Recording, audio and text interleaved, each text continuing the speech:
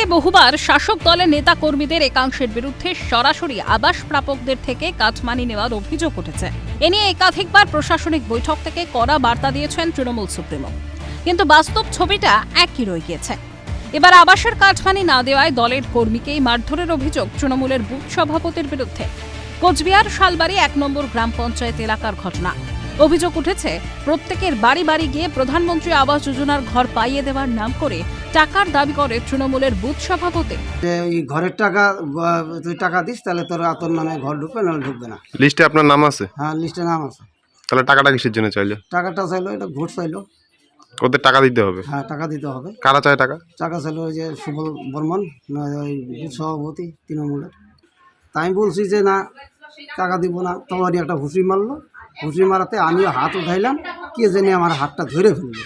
আমি আর মারতে পারলাম না। তখন আস্তে আস্তে ওরা আগাইতেছে। গতকাল রাত্রে এখানে ঘরের টাকা চাইছিল, আগে টাকাটা দিতে পারে নাই জন্য তার নাম নাই, আমার ভাসুরের নামে কাটে দিছে। সেটাই বলছে যে কিসের জন্য, তাহলে আমার কাছে টাকা চাওয়া হলো, তারপর টাকা দিলাম না জন্য ঘরের নাম নাই কিসের জন্য।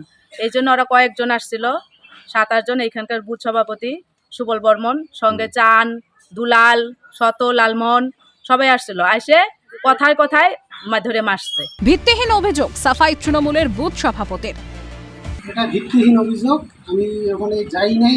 হ্যাঁ, এরা চক্রান্ত করে আমাকে ফাঁসানোর জন্য এই কথাগুলো বলছি। অভিযোগ শুনে পাল্টা অভিযোগ শাসক শিবিরের।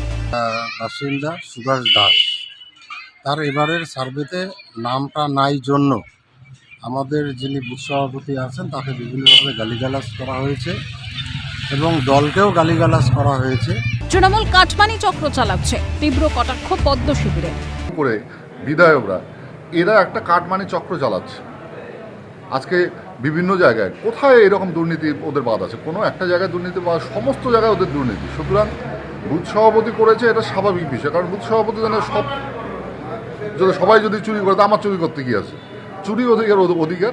ঘটনা ঘিরে রীতিমতো চাঞ্চল্য ছড়ায় এলাকায়। এ বিষয়ে বক্সিরহাট থানায় লিখিত অভিযোগ দায়ের করা হবে বলেও জানা গিয়েছে।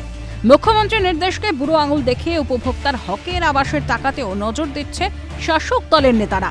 তারই মধ্যে শুরু হয়েছে ওর ঘাড়ে দায় ঢালার পর্ব। কোচবিহার থেকে শশীকেশ রায়ের রিপোর্ট, ক্যালকাটা নিউজ।